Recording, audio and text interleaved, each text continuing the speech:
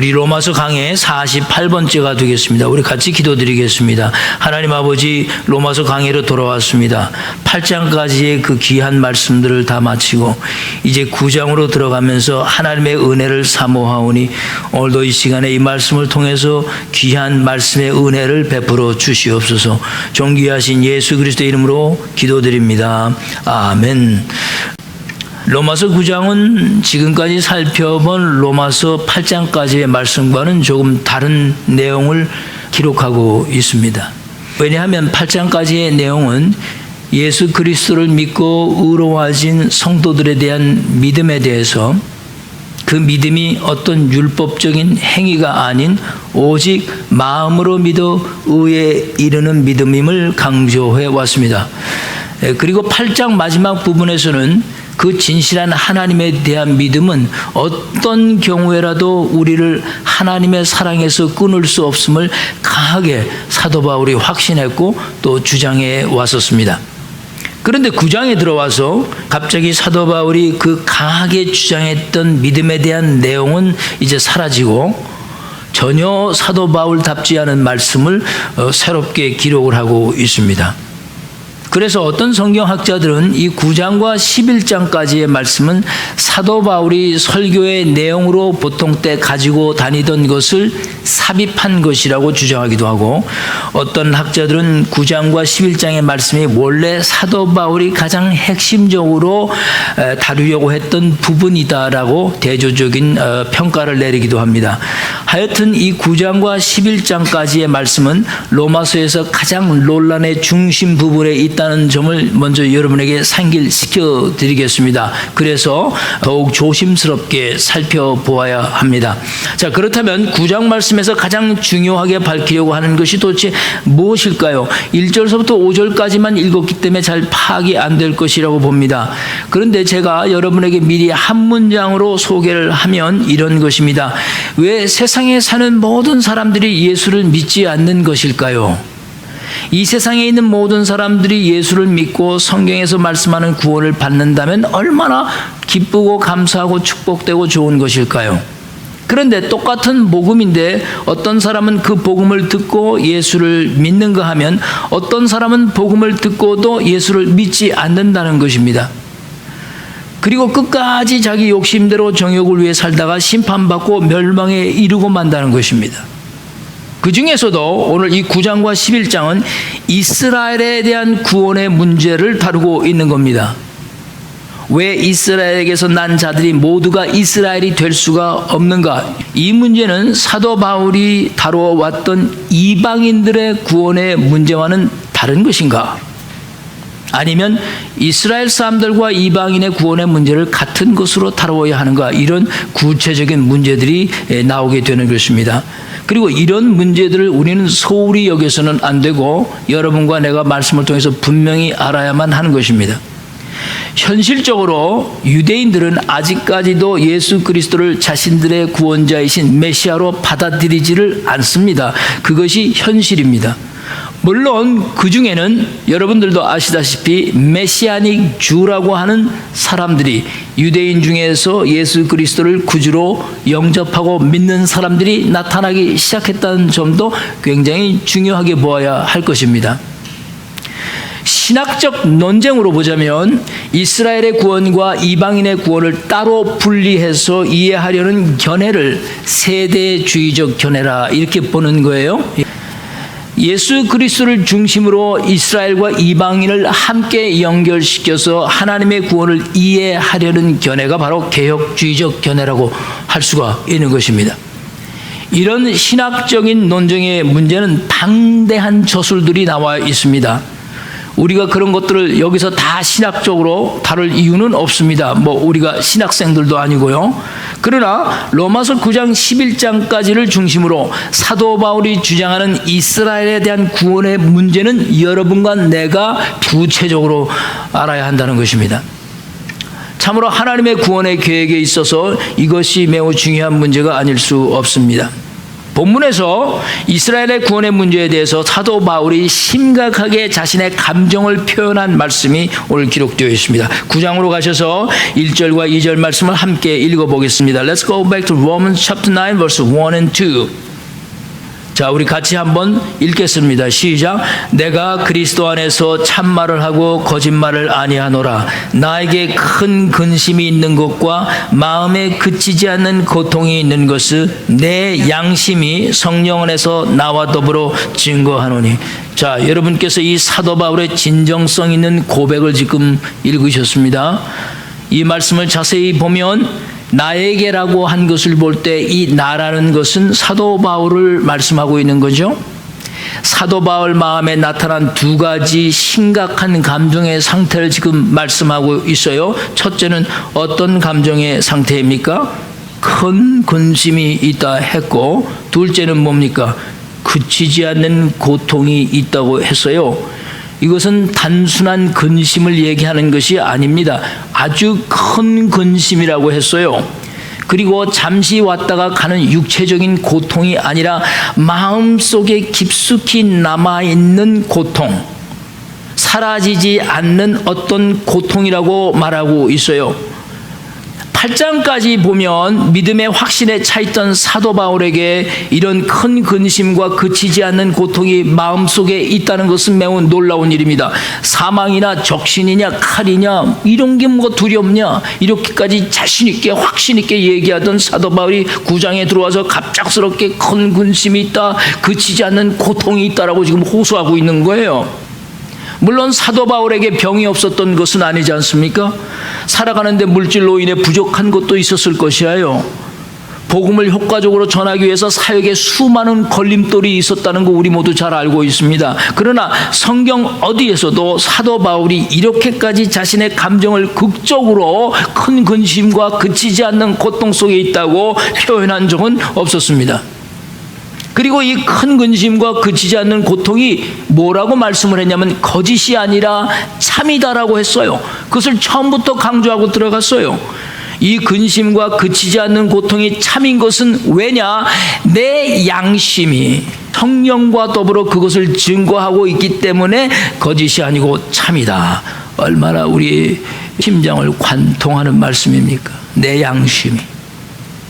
믿음과 양심이 살아있는 사도 바울을 지금 우리는 보고 있는 겁니다. 그렇다면 사도 바울이 도대체 무엇 때문에 이렇게 큰 근심을 하며 그치지 않는 고통 가운데 있느냐?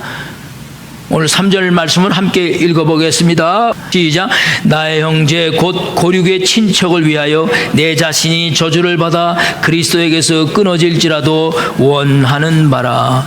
사도 바울이 큰 근심과 그치지 않은 고통 가운데 있는 이유는 바로 자신과 같이 피를 나눈 고육들 때문이라고 밝히고 있어요. 그 고육들이 도대체 누굽니까? 4절 말씀에 그들이 누구라고 그랬어요?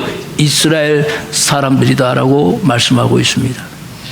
사도 바울이 로마서 8장까지 중점을 두고 강조한 것은 믿음으로 의롭다함을 받는 것으로, 이 믿음은 오직 예수 그리스도 안에 있는 믿음이지 유대인의 율법과는 상관이 없는 믿음임을 계속 주장해 왔잖아요. 지금까지 사도 바울이 주장해 왔던 이 기독교의 핵심적인 교리, 의인은 믿음으로만 살리라 하는 이 말씀, 그런 말씀에 의하면 율법을 구원의 조건으로 주장하는 유대인들은 구원을 받을 수가 없다는 것이잖아요.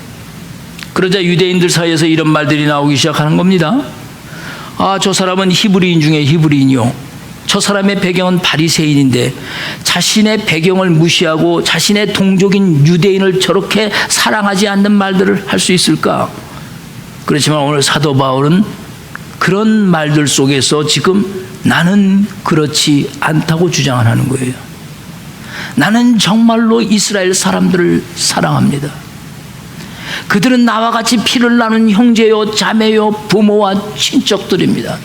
어찌 내가 그들을 사랑한다고 말할 수 있습니까? 나는 정말로 참말입니다. 그들을 사랑합니다.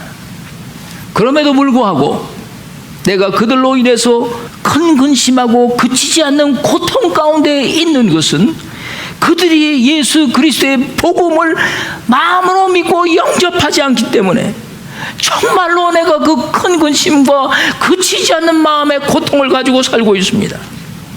이것은 거짓이 아니라 정말 참말입니다.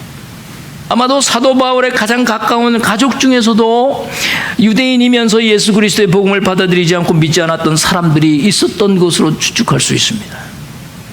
사도 바울이 어느 정도로 그들을 사랑하고 생각했는지 3절에서 이미 밝혔어요. 3절에 뭐라고 그랬어요? 나의 형제 곧 고륙의 친척을 위하여 내 자신이 무엇을 받는다고요? 저주를 받아 그리스도에게서 끊어질지라도 원하는 바로라.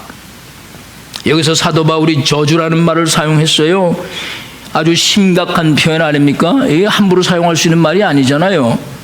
여기서 저주라는 헬라어는 아나데마라는 헬라어입니다. 이 아나데마라는 헬라어는 절교할 때 쓰는 용어예요. 절교. 끝나는 거예요. 너와 나는 끝나는 거다. 다른 성경의 예를 들어보면 고린도전서 16장 22절 말씀에 보면 이 아나데마를 사용했어요. 만일 누구든지 주를 사랑하지 않으면 저주를 받을지어다. 아나데마예요. 절교가 된다는 거예요. 갈라디아서 1장 8절 9절 말씀에도 저주를 받을지어다라고 2번 강조하면서 반복했어요. 이곳에서도 아나데마를 사용했는데 그리스도 복음 외에 다른 복음을 전하면 그는 저주를 받을 것이다라고 했어요. 2번이나 강조했어요. 아나데마, 다시 말해서 하나님과 그리스도 예수와 절교해버린다. 끝나는 거라는 얘기예요.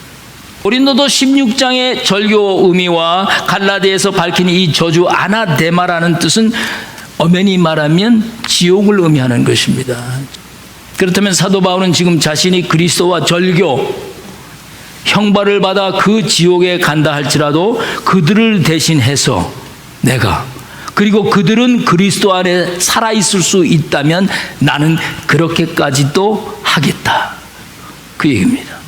어느 정도로 자신의 고륙들을 사랑하고 있는지를 성경은 밝히고 있는 거잖아요. 사랑하는 성도 여러분, 이스라엘 백성들이 도대체 누굽니까? 우린 너무나 잘 알아요. 이스라엘 백성들이 어떤 존재라는 것을. 이스라엘에는 한 나라가 어떻게 어디서부터 시작됐습니까? 창세기 12장으로 돌아가 보면 아브라함에서부터 시작한 겁니다. 하나님께서 이방인이었던 아브라함을 불러내셨어요. 원래가 하나님의 백성은 없습니다. 이스라엘도 이방인에게서부터 시작한 거예요. 아브라함도 이방인이었지 원래가 하나님의 백성은 에덴 동산에서부터 하나님의 백성은 이미 없었던 겁니다. 근데 하나님께서 그 아브라함을 택할 때 조건이 무엇이었어요? 오늘 15장 여러분이 읽으셨잖아요. 믿음이라고 그랬어요. 믿음이 의가 됐다고 그랬어요. 행위가 아니었습니다. 그리고 아브라함의 후손인 야곱에서부터 시작된 나라가 이스라엘 아닙니까? 하나님께서 인간의 역사 속에서 유일하게 함께 하신 것을 직접 피지컬리 보여줬던 나라, 그것이 이스라엘이었어요. 그런데 그런 이스라엘이 하나님의 구원에 있어서 과연 실패했다고 말할 수 있을까? 굉장히 큰 질문이 아닐 수 없죠. 만약에 이스라엘을 향한 하나님의 구원의 계획이 실패하지 않았다면, 그렇다면 어떤 방법으로 하나님은 이 이스라엘 백성들을 구원으로 인도하셔서 성취하게끔 하시는가? 아주 중요한 질문들이 아닐 수가 없는 겁니다. 이 9장과 11장의 내용들이 그것을 자세하게 밝히고 있는 거예요. 로마서 1장 16절 말씀을 통해서 우리는 분명히 그것을 알 수가 있어요. 로마서 1장 16절 뭐라고 그랬어요? 내가 복음을 부끄러워하지 않으니 이 복음 모든 믿는 자에게 구원을 주시는 하나님의 능력이 됨이라. 먼저는 누구에게? 유대인에게, 그리고 헬라인에게로다. 이렇게 말씀하셨어요. 유대인이라고 무조건 구원을 받는다는 것은 있을 수 없음이며 이미 로마서 1장 16절 말씀에서 그렇게 밝히고 있어요. 먼저는 유대인에게요, 그리고 헬라인에게도 라는 말씀은 구원의 믿음이 순위적으로는 먼저 유대인에게 허락됐다는 뜻이지 유대인이라고 해서 모두 구원을 받는다는 뜻은 아니라는 것입니다. 로마서 3장 21절과 22절 말씀으로 돌아가 보십시다. Let's go back to Romans chapter 3 verse 21-22. 우리 같이 한번 읽어보겠습니다. 아주 중요한 말씀이죠. 시작. 이제는 율법에 한 의가 나타났으니 율법과 선지자들에게 증거를 받은 것이라 곧 예수 그리스도를 믿음으로 말미암아 모든 믿는 자에게 미치는 하나님의 은이 차별이 없느니라. 할렐루야. 오늘 여기에 중요한 말씀을 했어요. 율법과 선지자들의 증거를 받았다고 했잖아요. 복음은 분명히 율법 외의 것입니다. 그죠? 율법이 복음이 아니에요. 율법 외의 것이지만 이스라엘 사람들에게서는 구원자 메시아에 대해서 율법과 선지자들이 증거가 되어야만 한다, 그 뜻입니다. 그들은 역사의 중심인 장차 오실 예수 그리스도를 미래를 보고 믿어야 했던 것이고, 이미 제가 말씀드렸듯이 우리는 이미 역사의 중심으로 오신 예수 그리스도를 믿어야 하는 것입니다. 로마서 3장 22절에서 밝힌 이 하나님의 의에는 차별이 없다는 것은 조건과 자격에 얽매이지 않다는 뜻입니다. 오직 하나님의 은혜의 수단인 믿음을 통해서만 예수 그리스도를 마음에 영접하지 않고는 그 어느 누구도 구원에 이를 수 없다고 밝히고 있는 거죠. 여러분과 내가 오늘 함께 교독했던 누가복음 16장의 부자와 거지 나사로에 대한 이야기는 오늘 본문 로마서 9장에서 밝히는 사도 바울이 겪는 심정과 유사한 내용을 담고 있기 때문에 매우 중요한 것입니다. 여러분이 읽으셨어요? 오늘 우리가 함께 교독한 누가복음 보시면 날마다 호화로운 삶을 누리는 부자가 있었어요. 그죠? 이름은 밝혀지지 않았습니다. 그 집 대문 앞에는 버려진 나사로라 하는 거지가 있었어요. 그런데 그 거지가 죽어 어딜 갔다는 거죠? 아브라함 품에 갔다는 거예요. 그런데 그 표현을 잘 보세요. 예수님께서 천국이라고 하지 않고 뭐라고 표현하셨어요? 아브라함 품이라고 한 게 매우 중요한 표현이에요. 그런데 마침 부자도 죽었다고 그랬어요. 거지를 돌보아 주지 않아서 죽은 것이 아닙니다. 거지도 죽고 부자도 결국 죽는다, 그 뜻이에요. 어떤 사람은 거지를 돌보지 않아서 부자도 결국 죽었다, 그렇게 해석하는 사람들은 해석이 문제가 있는 거죠. 누구든지 죽음을 맞이한다, 그 뜻입니다. 그런데 죽음이 중요한 것이 아니라 죽은 후가 중요한 거예요. 부자는 죽은 후에 아브라함 품으로 가지 못하고 성경의 음부에 가서 고통을 받게 되었는데, 눈을 들어 멀리 보니 아브라함과 그의 품에 있는 거지 나사로가 보인 거예요. 그래서 아브라함에게 나사로를 자기에게 보내 불꽃 가운데서 고통하는 자신의 혀에 물 한 모금만이라도 떨어뜨려 달라고 간절히 애원을 했습니다. 그런데 아브라함이 건너갈 수가 없다고 했어요. 구렁텅이가 있어가지고 오지도 못하고 가지도 못한다 그랬어요. 그러면서 이르기를, 거지 나사로는 세상에 있을 때는 고난을 받았지만 여기서는 위로를 받고 있는 것이고, 너 부자는 세상에서는 좋은 것을 모두 누리고 살았지만 그곳에서 괴로움을 받는다. 그렇게 딱 잘라 말해버렸어요. 그러자 음부에서 고통을 받던 부자가 이렇게 말을 합니다. 나사로를 자기의 집으로 보내주셔서 자신에게 형제 5명이 있는데 그들에게 나사로가 가서 증언하게 하여 그들이 나처럼 고통받지 않도록 이곳에 오지 않게 해달라고 애원했어요. 여기 아주 중요한 말을 아브라함이 부자에게 했어요. 29절 말씀 보십시오. 아브라함이 이르되 그들에게 모세와 선지자들이 있으니 그들에게 들을지니라. 여러분 지금 이 말씀이 이해가 되시면 굉장한 영적인 수준에 있는 분들이에요. 모세와 선지자에게 들으라고 했는데 아니라고 하면서 누구를 보내야 된다고 했어요? 죽었던 자를 보내야 그들이 진짜 믿고 회개할 것이라고 얘기했어요. 그러자 아브라함이 다시 말합니다. 31절 같이 읽겠습니다. 시작.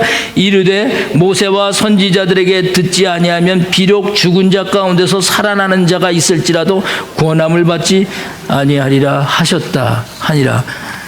엄청난 이야기를 지금 여러분이 듣고 계신 거예요.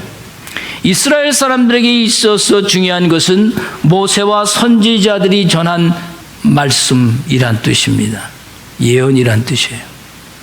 모세는 율법을 의미하잖아요. 로마서 3장 21절에 여러분이 저와 함께 먼저 벌써 읽었어요. 율법과 선지자들의 증거를 받아 라는 말씀과 직결되는 내용이죠.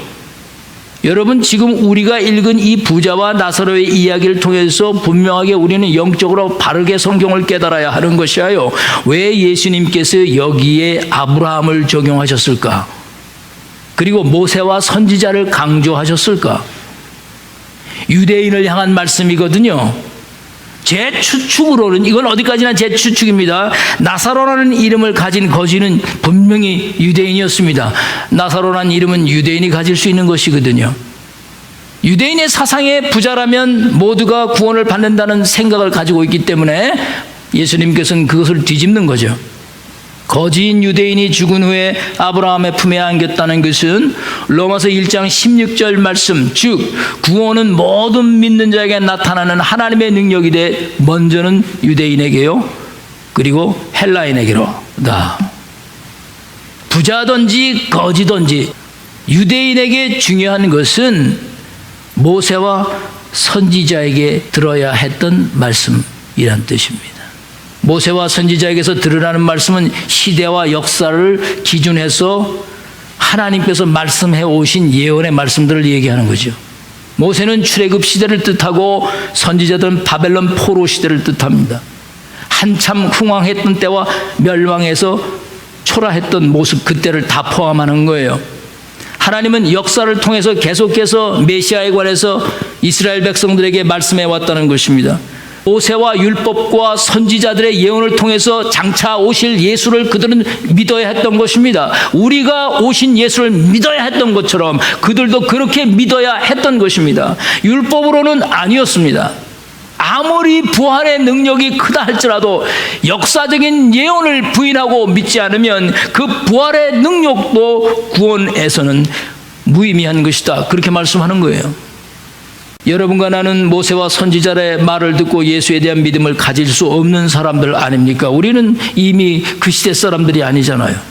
우리는 이미 십자가에서 죽으시고 부활하신 하나님의 아들 예수 그리스도를 믿는 사람들입니다. 그러나 그 십자가와 부활의 능력이 아무리 크고 능력이 있다 할지라도 성경에서 말씀하는 이 예언과 복음의 모든 말씀들을 인정하고 받아들이지 않는다면 아무리 부활의 능력이 내 앞에 있어도 이스라엘이라 해도 고난을 받지 못했던 것처럼 고난을 받지 못할 것이다, 그 뜻입니다.